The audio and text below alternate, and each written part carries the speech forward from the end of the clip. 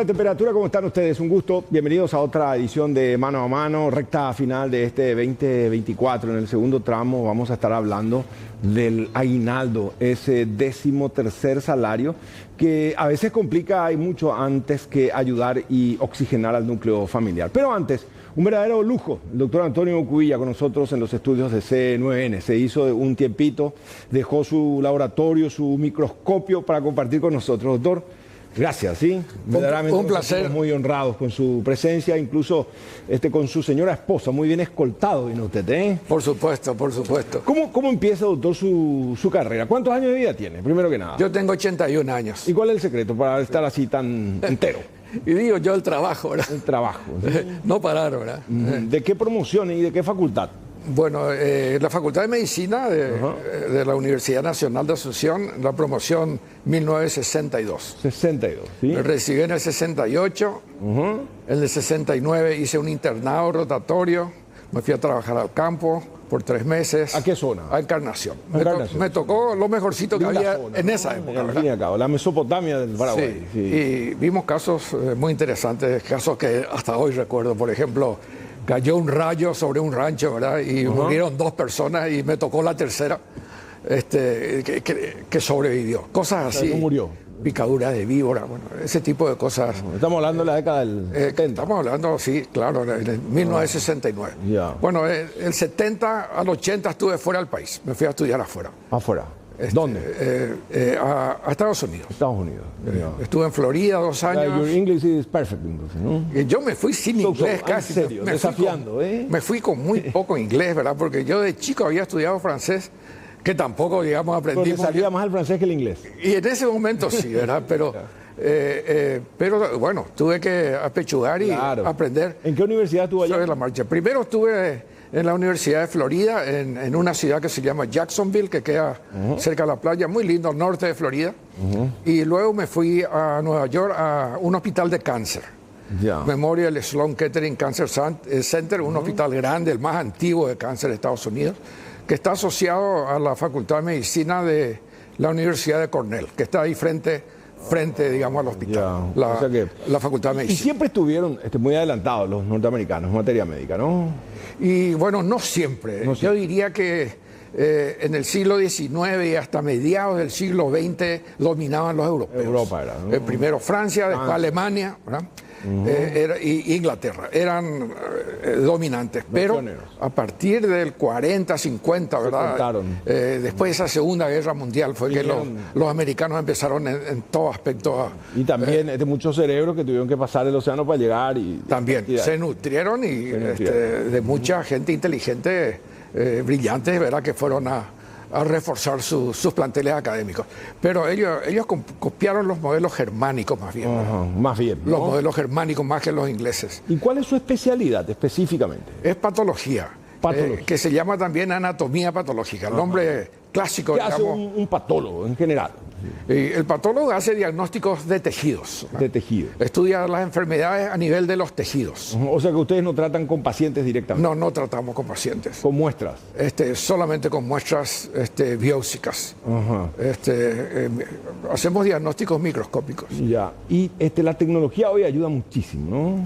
La tecnología llevó la patología a un nivel increíble, que casi es irreconocible lo que nosotros aprendimos, digamos, en los primeros años, Ya. que era pura morfología. En este momento la medicina en general está, digamos, bajó de nivel, Ajá. pero de nivel jerárquico, digamos, biológico, bajó a la molécula. Claro. O sea que antes... De la célula bajó a la molécula.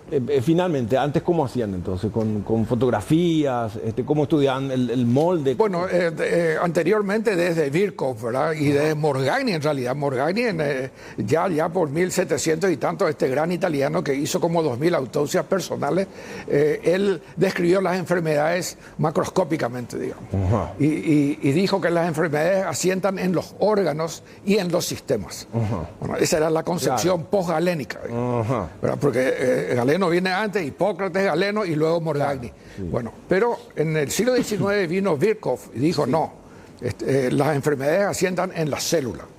Entonces vino la fase celular, digamos, de la patología. Virchow era un patólogo también. Pero ¿cómo estudiar las células en ese entonces? Y con microscopio. Con microscopio. Ya estaba el microscopio en ese momento, ¿verdad? Originándose. Y actualmente se bajó a la molécula. O sea, ya vamos... de los sistemas a los órganos, ¿verdad? A las células y a las moléculas. Y después iremos a los átomos, seguramente. O sea, después las moléculas probablemente... Ya se habla de la inteligencia artificial, la patología cuántica. ¿Cómo ustedes hacen esa transición, doctor, con tanto conocimiento, pero al final, como quien diría, de Gutenberg, esos libros con mucho polvo, ahora con los sistemas computarizados, la inteligencia artificial? Son transiciones necesarias y dolorosas. ¿Dolorosas por qué? Y dolorosa porque es muy difícil estar actualizado. Hay que estar, el training es otro. Y hay que estar permanentemente tratando, digamos, de leer lo último y de ubicarse en las nuevas tecnologías. Porque los avances científicos generalmente han ocurrido en los últimos 50 años en relación con el descubrimiento de nuevas técnicas. Aparece una nueva técnica y... Son nuevas técnicas, pero el conocimiento sigue siendo el mismo, ¿o no? La base. No necesariamente, pero queda el conocimiento anterior. Esa es la ventaja. Conocimiento como base. Hay gente que dice que Kuhn, por ejemplo, a nivel de la filosofía de la ciencia, Thomas Kuhn, que es un gran filósofo de la ciencia, él dice que las revoluciones producen fenómenos discontinuos. Sin embargo, otros dicen de que el conocimiento es continuo, es decir, lo actual se basa en lo anterior. Yo también creo más eso. Por supuesto que hay revoluciones donde, digamos, no hay entendimiento entre el conocimiento actual y el anterior, pero son pocas las revoluciones. La mayor parte de los estudios científicos son, digamos, por aposición de conocimientos sobre conocimientos previos, ¿verdad? Y entonces es más gradual. Un ladrillo sobre otro. Claro, es más gradual la transición, menos traumática, además, digamos. Pero si a usted lo metemos con tanto conocimiento en un laboratorio, lo que antes hacía con papel, lo que antes hacía de por allí con mimeógrafo, ¿sí? Vienen de esa época, fue la fotocopiadora, por dar un ejemplo. Sí, claro. Hoy con todo lo que significa el PowerPoint, ¿no? Sí. El conocimiento, la base está.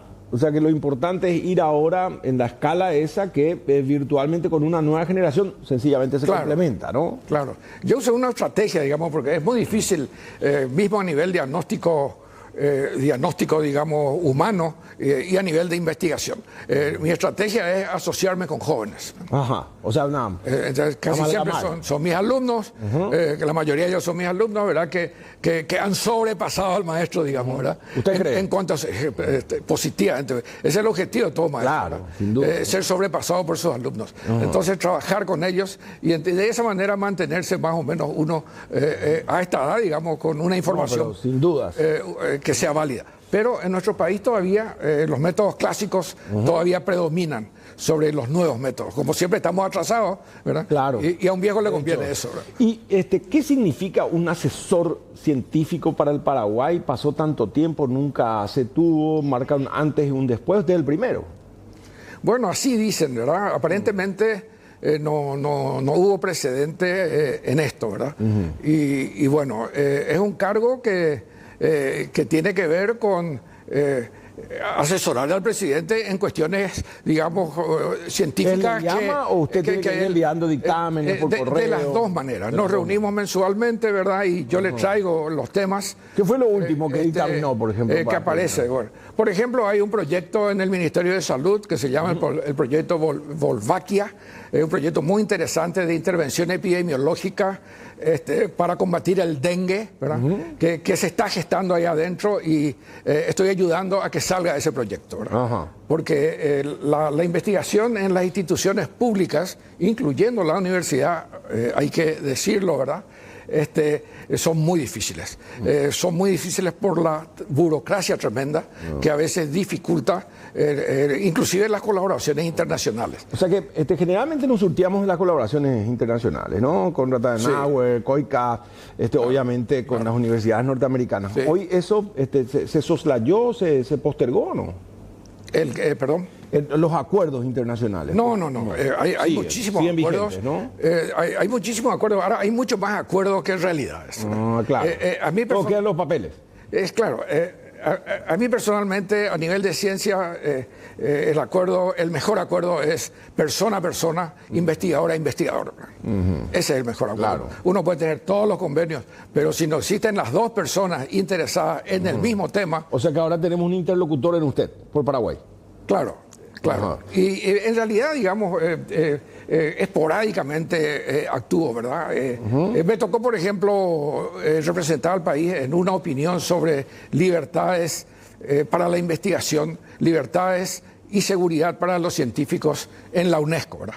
Donde hice una pequeña presentación y empecé a estudiar el tema y vi que había una barbaridad de violaciones de las libertades para los científicos de nuestro país, ¿verdad? Acá. Como en otros, ¿verdad? Entonces... O sea, llevó como una radiografía de cómo estamos acá. Claro, revelé una cantidad de cosas que pueden no gustar a mucha gente, por supuesto, porque no tenemos a veces autocrítica, ¿verdad? Y creemos que estamos haciendo bien las cosas, pero realmente no, ¿verdad? Bueno, ese fue un ¿Cómo tema... ve a Paraguay de aquí a 20 años en materia de investigación? Bueno, podemos ya hablar de los últimos 10 años, ¿verdad? Y se ve una tendencia muy, digamos, positiva en cuanto a incremento, digamos, 5 veces más en el número de investigadores con capacidad para publicar en ciertas revistas. Claro. ¿Qué faltaba antes? ¿Presupuesto o determinación de los docentes que encaminen a sus alumnos como facilitadores a empoderarse de las investigaciones? Es un fenómeno multifactorial, pero el factor económico es crucial. Y creo que tiene que ver, y el factor institucional también. Nosotros cuando empezamos en el CONACYT, ¿verdad? Porque me tocó también participar en el CONACYT, allá por el 2011-12, había 40 o 50 investigadores paraguayos con capacidad de publicación. ¿Ahora? Y publicaba más o menos 1 o 2 trabajos por año, había 60 trabajos anuales. Ahora hay 600 investigadores y hay 350 publicaciones significativas. Claro, hay mucho más, pero la significativa me estoy refiriendo, que se define por el tipo de revista donde se publica. Claro, ¿verdad? O sea, sería el 60%, ¿no? Claro, entonces hay un incremento, y ese incremento tiene que ver con algunos fenómenos. Primero, la institucionalización del programa de apoyo a los investigadores, que se consiguió un primer apoyo económico. Claro. O sea, el investigador tiene que vivir de eso, ¿no? Al fin y al cabo. Permanentemente. Idealmente, el investigador debe, digamos, trabajar a tiempo completo y... Esa es la experiencia de otros países avanzados. Sí, pero acá, digamos, es casi imposible que un investigador viva solamente... Así como los docentes, ¿no? Sí, al final lo hacen por pasión. Es muy difícil, por supuesto. Entonces, somos investigadores a medio tiempo, hacemos otras cosas para generar recursos para poder tener una vida, digamos, saludable con nuestra familia. Y usted en todo este tiempo también estudió los tipos de cáncer en Paraguay, ¿no? Sí. Yo en realidad cuando vine quería estudiar el cáncer de páncreas, que era el tumor que había estudiado en Estados Unidos. ¿Es el más jodido, no, el cáncer de páncreas? Sí, yo creo que es uno de los más serios, ¿verdad? ¿Por qué? La mortalidad sigue siendo alta. Primero porque el órgano está ubicado en un lugar estratégico donde no produce el tumor síntomas, sino que cuando está ya muy grande y ya metastático, ¿verdad? En un alto porcentaje. O sea que no se siente dolor, no hay otros síntomas. Claro, cuando aparece el dolor es tardío. Ya es tardío. ¿Y cómo uno puede anticiparse a saber que virtualmente está prendiendo un cáncer de páncreas? Y bueno, la pérdida de peso y la anorexia, la pérdida del apetito, ¿verdad? Y algunos trastornos vagos. Muy vagos. Sí, pero casi siempre... No hay un dosaje hormonal que permita detectar eso. Hasta ahora no hay marcadores biológicos para el cáncer de páncreas que sean buenos, ¿verdad? Hay mucha investigación al respecto. Mejoró, sí, ¿verdad? En el primer mundo la sobrevida en la época que yo estudié era del 2 al 3%. 2 al 3%, y ahora está en el 20 a 25%. De todas maneras, hace poco un conocido abogado falleció. Claro, y los casos que están operados, digamos, con criterio de cura, esos casos pueden llegar hasta el 30-35% de sobrevida. Y no hay un trasplante de páncreas que permita una sobrevivencia. Hay trasplante de páncreas, pero no están muy difundidos. Son ¿En el mundo? Cirugías, sí, no, en el mundo. Cirugías muy complejas. Que para el cáncer generalmente no corre para no es el problema tampoco ahora, porque el páncreas se puede reemplazar. con enzimas y con productos, ¿verdad?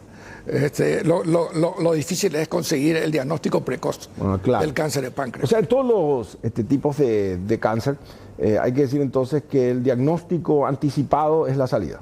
Y en general yo diría que es casi un dogma, ¿verdad? De clínica de cáncer, de que cuando más precoz el diagnóstico, mejor es la sobrevida, ¿verdad? Esto que tenemos acá, arriba, ¿qué es este estudio? ¿Qué son estos indicadores? Este es un estudio de cáncer de pene epidemiológico, donde los puntos rojos indican los lugares donde hay cáncer de pene con alta frecuencia. Paraguay está ahí.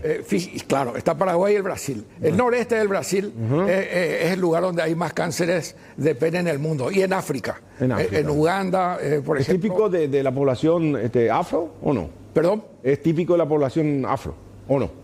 ¿Afro? Sí, los africanos. También, igual que acá, ¿verdad? Pero digo, y también en pero no es la raza. No es la raza. No es la raza, sino que es la cultura, ¿verdad? La cultura. Más ¿Y el paraguayo por qué? ¿Por puerco? Y bueno, uno de los factores es la falta de higiene, ¿verdad?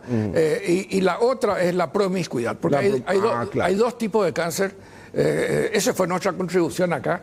Encontramos que hay dos tipos de cáncer. Uno que es producido por virus y el otro que no. El que es producido por virus tiene relación con la promiscuidad. Ya. Y el otro, al virus del papiloma humano, más con la higiene. ¿O no? El virus del papiloma humano es el que produce la mitad de los cánceres de pene. ¿Y en Paraguay en qué posición está el cáncer de pene? Y el Paraguay no está alto, ¿verdad? En la lista. ¿Cuál es el primer cáncer? El primero en el hombre es el de próstata, ¿verdad? Le sigue el de pulmón, luego viene el de colon. Esos son los tres más comunes. El de próstata, doctor, es porque uno ya viene así de fábrica, es congénito, el ADN, viene de familia. No se conocen las causas del cáncer prostático, ¿verdad? Pero sí que es un cáncer muy frecuente. Si uno toma una próstata de una persona de 85 años y hace múltiples cortes, mira al microscopio, va a encontrar cáncer en más de la mitad de los casos. Bueno, pero muchos de esos tumores son de baja malignidad, ¿verdad? Claro. Y mucha gente muere con un cáncer de próstata sin saber que tuvo, ¿verdad? Claro. O sea que no es tan maligno. No es tan maligno. Y la sobrevida global, comparando con páncreas, que es del 10-20%, es del 80-90%. O sea, de última, si uno detectó de manera precoz, se cura. Y si no, puede convivir con el cáncer, ¿no? Sí, así mismo es. Pero hay también presentaciones muy agresivas de cáncer de próstata, ¿verdad? Pero son las más raras. Y después de próstata, ¿qué tendría que preocuparnos a los varones? Y después viene el cáncer de pulmón, ¿verdad? Pulmón, pero eso por fumar. En el hombre y la mujer. Es totalmente prevenible, ¿verdad? Campaña antitabaquista. De cada 10 enfermos de cáncer de pulmón o de pulmones, ¿es por cigarrillo? ¿Cuántos? No, sí, el 80-90% son producidos. ¿Qué otra causa podría generar? Otras causas hay también, ¿verdad? Tóxicos del ambiente, factores ambientales. La exposición permanente a hollines. Y también hay factores genéticos. ¿El smog también puede generar eso? También. Que sea un ambiente muy pernicioso. Sí. El fumador pasivo, ¿verdad? El pasivo peor. Los jóvenes estamos hablando de esta nueva generación, los que le meten el vape, ¿es probable que terminen también enfermos de cáncer? El vape es casi igual, ¿verdad? Que el cigarrillo, es una farsa, ¿verdad? No, porque ahora generalmente te dicen, no, todavía no hay estudios. Claro que no van a haber estudios todavía que puedan demostrar, porque hace 15 años está vigente el vape como tal, ¿verdad? Entonces te dicen, estamos haciendo el estudio, se verá la proyección, pues usted cree, en virtud de su experiencia con tanta nicotina de por medio, que van a terminar casi todos asignados por la... Por supuesto, sin ninguna duda. Sin ninguna duda. Y después el de colon. El de colon también hay factores genéticos, ¿no? En el 5 a 10% de los cánceres colónicos son genéticamente transmisibles, ¿verdad? Pero el 80% no, ¿verdad? ¿Es por la mala alimentación?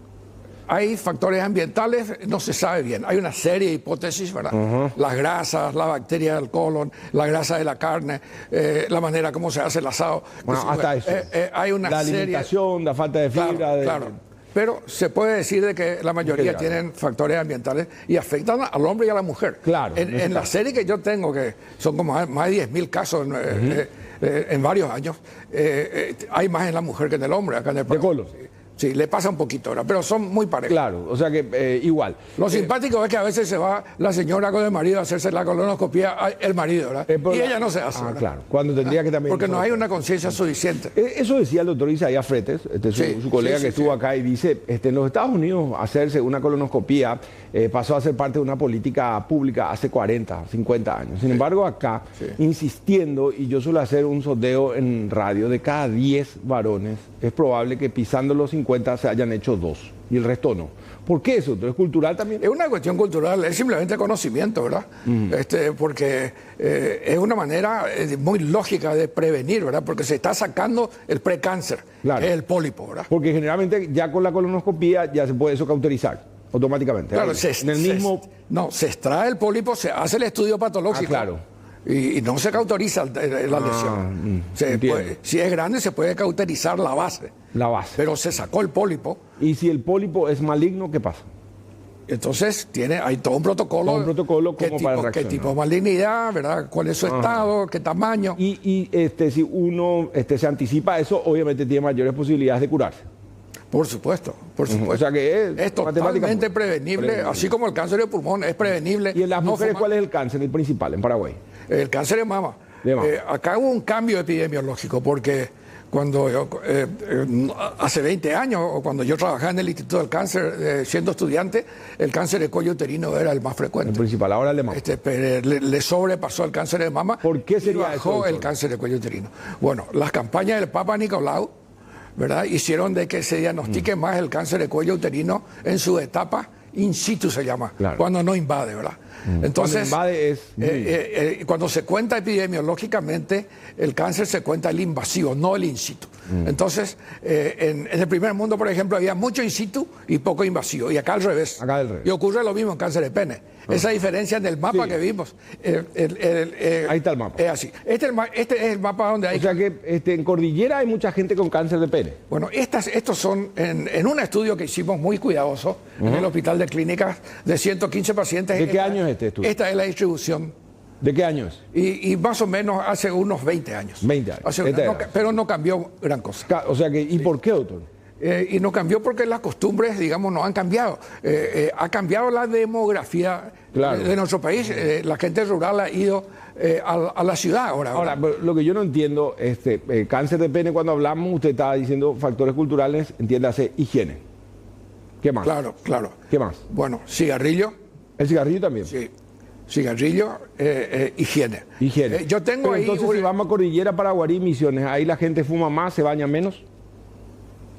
Esos son factores que hay que estudiarlos, digamos, no podemos hacer una generalización, pero nos basamos en el conocimiento. ¿Cómo se manifiesta el cáncer de pene, doctor?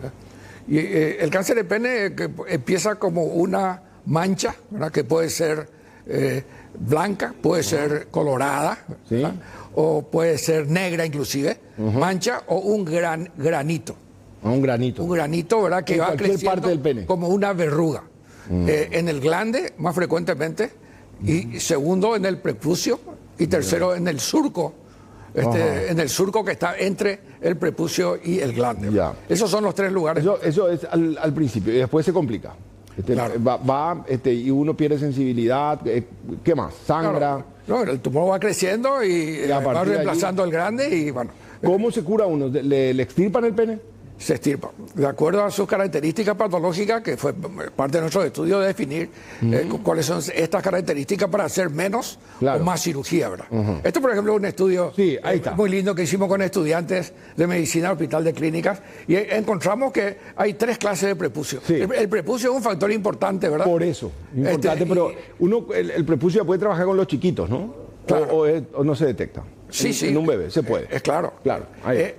Ahí tenemos el prepucio largo que está arriba, ¿verdad? 77% de la población sin cáncer. Sí. Y la fimosis es esa enfermedad que cierra el prepucio, hace difícil retraer el prepucio sobre el glande, ¿verdad? O sea que es mejor tener el prepucio largo. Corto es mejor, ¿verdad? Pero es muy raro. Claro. El prepucio corto es raro. La mayoría de nuestra población, por lo menos la que estudiamos, ¿verdad? Tiene esas características. Un estudio anatómico muy sencillo que hicimos, ¿verdad? Y que da la pauta de lo que es. Bueno, ¿la circuncisión es buena o mala?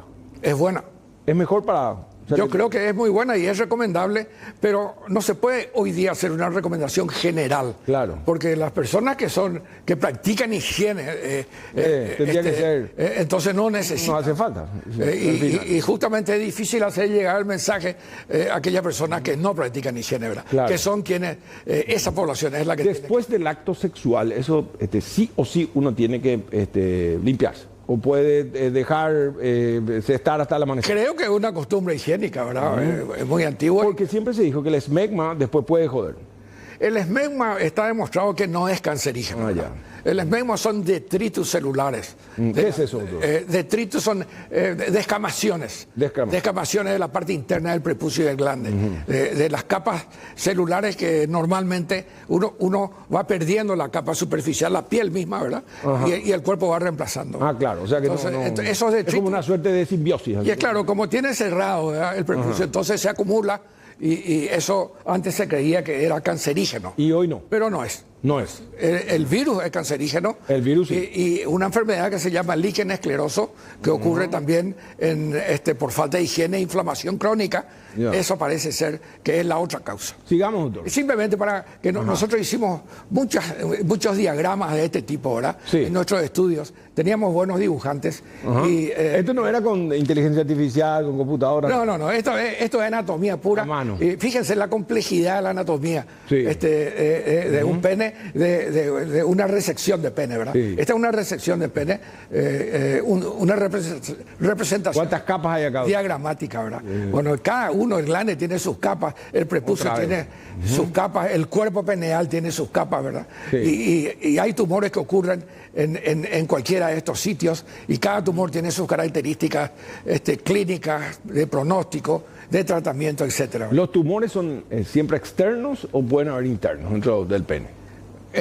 Hay internos también. Hay internos. Pero los más comunes son externos. Externos. Por suerte, ¿verdad? Se pueden ver a simple. Sí, bueno, este es el tipo de trabajo que hicimos nosotros. Este representa uno de los tumores que describimos nosotros acá en el Paraguay. Unos 7 tumores por primera vez, digamos, ¿verdad? Ajá. Y es así como hacemos. Cortamos de esa manera y hacemos un dibujo para hacer entender a aquellas personas, a otros colegas que no tienen casos tan frecuentes, ¿verdad? Y son tumores raros.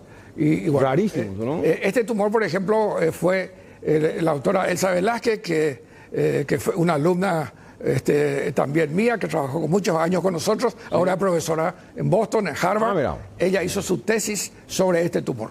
Pero esta es una fotografía de un tumor que ustedes extirparon. ¿No? Esta es una fotografía real de arriba y abajo está el diagrama. El diagrama, sí. Este diagrama, ¿cómo hay que entender? Por colores. ¿Qué significan? Bueno, el amarillo es el tumor. Ah, el amarillo. El amarillo es el tumor para indicar las capas anatómicas que están comprometidas y que el médico sepa, digamos, qué hacer, ¿verdad? Sobre todo, digamos, determinar el pronóstico. O sea que al extirpar el tumor de un pene, ¿se puede curar o no? Claro que sí. Sí, o sea, la curabilidad en el primer mundo es del 85%. Acá creo que está entre el 40 y 50%. Pero todo pasa por ser un poco más inteligente ahora limpiarse nomás, ¿no? Por la higiene y probablemente, como usted decía, esa cuestión cultural que hay que seguir insistiendo. Por ejemplo, este estudio ya tiene varios años, ¿verdad? Pero este es un estudio muy lindo que hicimos también en el Hospital de Clínicas. Interrogamos prospectivamente a 100 y tantos pacientes y sacamos sus características típicas, ¿verdad? Para saber con datos duros, ¿verdad? ¿Qué es el paciente paraguayo con cáncer de pene? Y ahí están, ¿verdad? ¿Y sabría el paciente? Estaban no circuncidados, 90%. Sí. Pobremente educados, no llegaban al sexto grado, el 90%. Sí. El 76% eran fumadores fuertes de más de un paquete por día. O sea que el cigarrillo es... Y sus ingresos económicos eran muy bajos, en el 75%, y eran de las zonas rurales o semirurales. Okay. Entonces, también otra cosa importante... O sea que era una fotografía que permitía orientar hacia ahí los tratamientos. Claro, entonces tenemos datos duros de pacientes paraguayos. Sí. También el número de parejas femeninas de 10 a 150 era de los pacientes del cáncer producido por virus, porque la mitad de estos casos eran producidos por virus. Por virus. Y pudimos hacer los estudios, hicimos en Barcelona y en Holanda, porque es muy sofisticado encontrar virus, ¿verdad? Claro. Hicimos esos estudios en este estudio. O sea, cuando entonces tomaron las muestras enviaron afuera. Exacto. Y encontramos entonces eso, ¿verdad? De que nuestros pacientes que tenían historias de muchas mujeres, de muchas mujeres tenían estos cánceres. A mayor cantidad de mujeres, entonces el paciente... El cáncer viral, no el otro. El otro. Sí. Ok. O sea, es importante entonces, doctor, ir. Y en la es otra... un capo, doctor. ¿De qué conversan en su casa con su señora, doctor? ¿Habla de medicina? ¿Ella qué profesión tiene? Ella es educadora. ¿Le podemos apuntar, por favor? Y mi respeto, señora. Muchas gracias por acompañarnos. ¿De qué hablan en la casa? ¿Navidad siguen hablando de medicina o no? De educación. Es divina la esposa que acompaña. Sí, yo creo que educación hablamos mucho porque yo también, digamos, tengo mucho interés en la educación. Un apasionado, ¿no? Y aprendí mucho con ella, ¿verdad? Sí. ¿Usted trabaja en su casa o tiene su laboratorio? No, en el laboratorio. Ahí va, ¿sí? En la pandemia trabajé en casa. Sí. Seguí trabajando en casa normalmente, ¿verdad? Pero ¿cuántas muestras por día analiza? Me costó volver al laboratorio, ¿verdad? Seguro, ¿sí? Pero estamos... Y bueno, es muy variable. Muy variable. Puede haber de 30, cada 10 40, muestras, 50, 70. De cada 10 muestras, doctor, ¿cuántos son positivos, cáncer? Y yo diría que un 20%, así, globalmente. Globalmente. Que para ustedes también supongo que es así como un desafío y golpea mucho más allá de que es pura matemática, pero tratan de ubicarse también en el lugar de ese paciente, ¿no? Tratamos de ubicarnos y a veces no tanto. Porque ya pasa a ser así como... Y está mal. Justamente... Hace un mes se lanzó un libro que a mí me tocó presentar el libro y escribir el prólogo. No me acuerdo bien el nombre del libro, así. Soy más que un diagnóstico.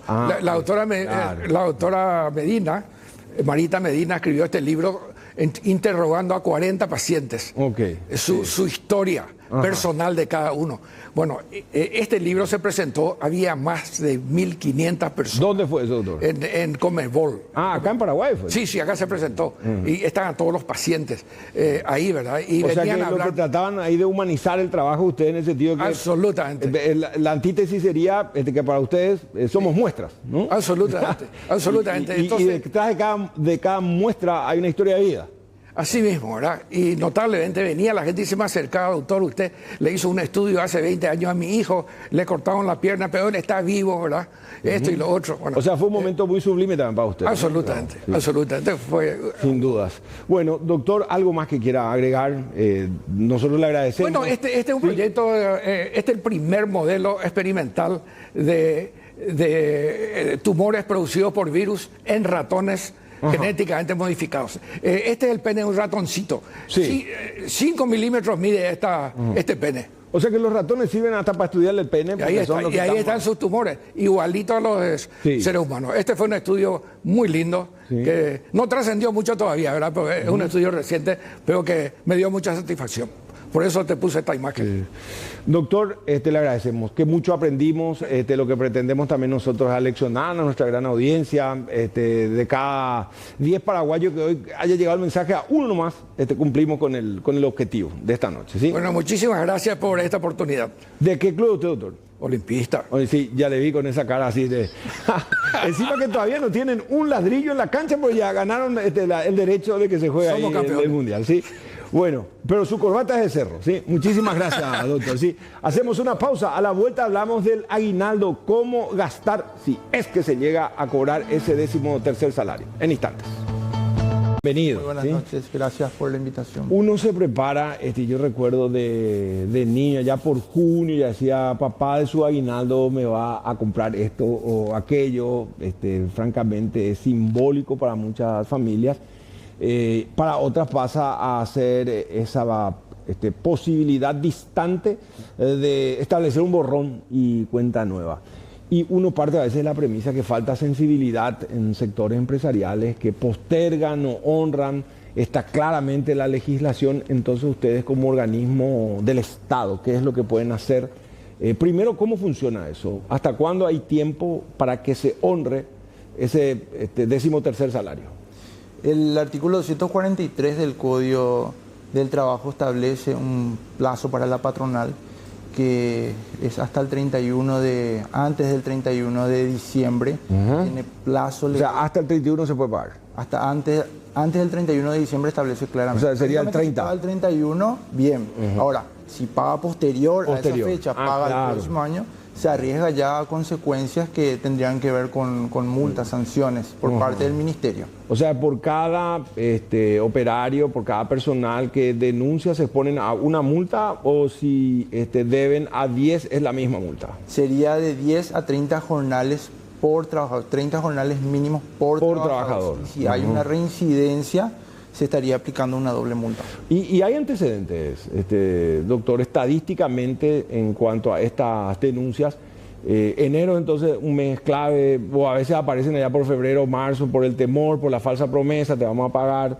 ¿Se puede pagar fragmentado, no, el aguinaldo? En enero tenemos una gran demanda realmente por parte de los usuarios. Es la época donde se acercan ante la Autoridad Administrativa del Trabajo y realizan sus denuncias respectivas en cuanto al no pago de aguinaldo. ¿Cómo se puede hacer una denuncia, un capataz allá de Cumandacay, que está mirando ahora el programa? ¿Cómo puede hacer? ¿Sí o sí tiene que venir a Asunción o no? No, el Ministerio del Trabajo está muy actualizado en relación a la forma en que un trabajador puede realizar sus denuncias. Tenemos la denuncia presencial que puede realizar tranquilamente el trabajador, ya sea acá en sede central o también en las distintas regionales del país, y puede realizarlo también en caso de que no pueda comparecer de manera presencial ante el Ministerio del Trabajo o sus respectivas regionales, puede realizarlo a través del sistema de denuncias web que está en la página del Ministerio del Trabajo, que sería mtess.gov.pi. O sea que uno entra ahí, busca esa pestaña y a partir de allí formula. En la parte de servicios ingresa denuncias online y sigue los pasos. Son pasos muy sencillos. Claro, la forma a de eso registrar... iba, que sea sencillo, porque de por sí luego ya viene disminuido, ya viene impotente, desafiante es para cualquiera cuando se tiene que usar la tecnología. A lo mejor alguien acá de Central, de Asunción, finalmente se acerca y todavía está con esa costumbre de que le tomen la denuncia. ¿Y qué pasa si por el camino le llaman y le dicen, sí, te vamos a pagar ahora en la semana, pero él ya denunció, ya entraron en contravención desde la patronal? ¿Igual se investiga o ustedes consideran como que se saldó la cuenta y punto? No, de hecho que si hay una cantidad reiterada de denuncias, es una alarma para el Ministerio del Trabajo y se hace una investigación al respecto. Las denuncias que nosotros le llamamos desistidas, es un punto positivo realmente, porque no es necesario siempre realizar la denuncia, llegar, en lo que sería en mi caso, llegar a una audiencia de conciliación. Muchas veces con la simple denuncia que realiza el trabajador, claro. que son a los O sea que el primer paso es la denuncia. Claro. Después de la denuncia lo que ustedes están obligados es a sustanciar una audiencia de conciliación. Sí, porque lo que buscamos es que las partes puedan resolver ese conflicto de manera rápida, sin que se tengan que estar dilatando en otros tipos de procesos, hablando entre paréntesis judiciales. Entonces el trabajador pueda cobrar de manera rápida ¿Y algún caso se judicializó alguna vez? No tendría estadísticamente ahora mismo un tipo de caso en específico, pero lógicamente ante incumplimientos normativos y falta de pago, el trabajador tiene que recurrir ante la instancia jurisdiccional. O sea que lo que ustedes pretenden es entonces concienciar, insistir, le asiste ese derecho y despertar también, por sobre todo, el interés, no postergar. ¿Qué pasa si le ofrecen un plan B, C y le dice la empresa está mal, no vamos a poder honrar por ahora, pero te vamos a pagar allá por febrero una parte, para Semana Santa otra parte? ¿Igual eso alcanza o no? El Código Laboral es claro, no es un derecho que se pueda negociar, es una obligación para la patronal, es un derecho para el trabajador. Estamos hablando de una obligación de rango constitucional, porque la Constitución Nacional, el artículo 92, claramente establece como una retribución al trabajador, o sea, una parte de la retribución, entre ellos también la asignación familiar, el salario, y establece el aguinaldo. Así que es algo que no se puede negociar, es o se paga o se paga. ¿Qué tipo de denuncia más de esto? Porque siempre estamos, y obviamente como medio de comunicación, tratamos también de acompañar porque ya sabemos que son historias que se repiten. Otro tipo de denuncia fuera de este tramo del año, ¿cuál sería? Recurrente. Las denuncias son variadas y son amplias. No solamente nos centramos en las denuncias que se puedan realizar por el no pago de salario. Se realizan denuncias ante los despidos injustificados, los retiros justificados, las renuncias, cualquier tipo de alteración unilateral del contrato de trabajo, así también como las condiciones de trabajo, el no pago de horas extraordinarias, no pago de horas nocturnas, cualquier tipo de incumplimiento normativo por parte de la patronal es denunciable. Como institución tratamos de recepcionar esas denuncias, fijamos fecha y hora de audiencia de conciliación para que las partes puedan dialogar, socializar sobre ese problema y resolver ese conflicto de manera rápida. Lógicamente, si no hay un resultado positivo, el trabajador debería de recurrir ya ante una instancia judicial correspondiente, pero eso no quiere decir... ¿El trabajador sí o sí necesita un abogado o no? No es necesario. No es el necesario. Ministerio del Trabajo, bajo ningún concepto, pone como obligación que el trabajador esté ante la presencia de el acompañamiento de un profesional, sí en una instancia judicial por imperio de la ley, pero nosotros como Autoridad Administrativa del Trabajo no establecemos como obligación tener el acompañamiento de un abogado porque eso implica costos.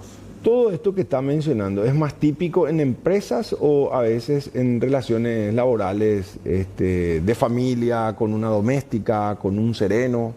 No, las denuncias son variadas, son generales y no hay un caso en específicos.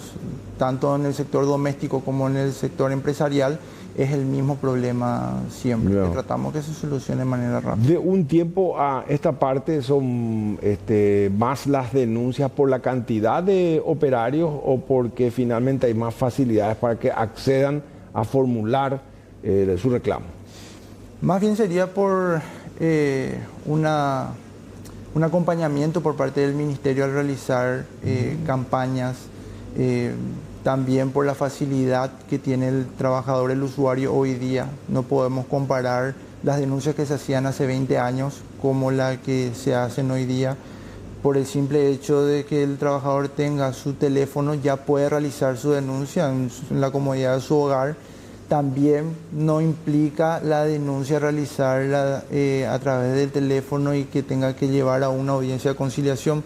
El trabajador simplemente, si quiere resguardar su identidad, puede hacerlo de manera anónima, justamente para evitar ese problema. No debería ser así porque el trabajador no está realizando ningún tipo de acto negativo. Está realizando un reclamo por un derecho ante un incumplimiento. Así que el trabajador simplemente puede realizar la denuncia de manera anónima, se resguarda su identidad, pero estas denuncias son a los efectos de las fiscalizaciones. O sea, se puede decir que hay un cambio de paradigma también entonces, ¿no? Sí. Culturalmente, y ayudaron mucho las redes sociales. ¿Se anima más? Sí, tenemos una gran demanda realmente.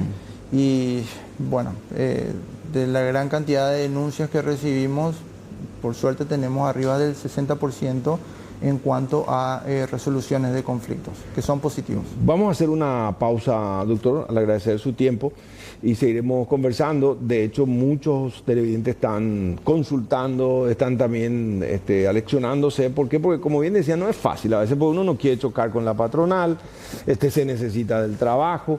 Es tan importante a veces buscar, entonces, encontrar un punto intermedio, un punto de equilibrio, cuando que no debería ser así. En pandemia sí se comprendía, ¿no? Porque incluso se flexibilizaron las normas y se procuraba encontrar un punto intermedio, pero ahora no. Hacemos la pausa y volvemos en instantes.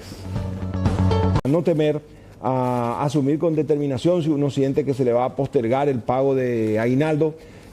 Tienen todas las opciones, lo pueden hacer personalmente, por teléfono, a través de las redes sociales. Lo importante es que ustedes también actúen en consecuencia y que no le posterguen al trabajador, tener mucha sensibilidad, ¿no? Le instamos a los trabajadores que se acercan a nosotros. Si no pueden hacerlo, hay una línea habilitada 0993 308 100. Es una línea habilitada como para que puedan hacer cualquier tipo de consultas respecto al aguinaldo y cualquier otro tipo de problema que estén teniendo dentro de su lugar de trabajo. Si quieren realizar una denuncia a los efectos de la conciliación, pueden hacerlo. Tienen las opciones, pueden hacerlo a través del sistema web, pueden hacerlo a través de las denuncias presenciales, pueden hacerlo de manera anónima. Hay una infinidad de opciones que le damos al trabajador como para que pueda vencer ese miedo que tiene, porque tiene que tener algo en cuenta. Lo que está reclamando es un derecho ante incumplimientos normativos. Al contrario, el otro es el que debería, otra parte. Doctor, y un poco para repasar nomás, si bien acá en Asunción está la central, el viceministerio, en las cabeceras departamentales, ¿cómo operan? En regionales. Regional. Cada departamento cuenta con una... Si uno es de Santa Rosa, Misiones, ¿dónde va? Puede realizar en la sede, la dirección exacta no tengo, pero están actuando dentro de la... O sea que en el departamento tendría que haber una ventanilla que permita formular, pero de todas maneras uno tiene las redes sociales y a partir de eso ustedes también van direccionando. En la página del ministerio van a encontrar las direcciones y quiénes son los encargados de cada región. Con los trabajadores rurales el régimen es diferente, especialmente la zona chaqueña con los que trabajan en las estancias. Los derechos son los mismos. Los derechos son los mismos, tanto del sector rural, empresarial, domésticos. Todas aquellas personas, volviendo al tema del aguinaldo, todas aquellas personas que tengan una relación de dependencia sí o sí tienen derecho a cobrar aguinaldo. No te digo aquellas personas que realizan actividades de prestaciones de servicios, no tienen derecho a cobrar aguinaldo. Pero ojo, hay que tener también en cuenta un problema muy común hoy día, que el empleador quiere hacer una simulación de contrato, le hace firmar, le hace facturar al trabajador y le quiere hacer ver como un prestador de servicios, pero reuniendo todos esos elementos de cumplir horario, llevar uniformes, salir de vacaciones, cobrar aguinaldo, le hace un trabajador de dependencia. Entonces es un derecho. O sea que es muy importante y en caso de duda siempre hay alguien que sabe un poco más.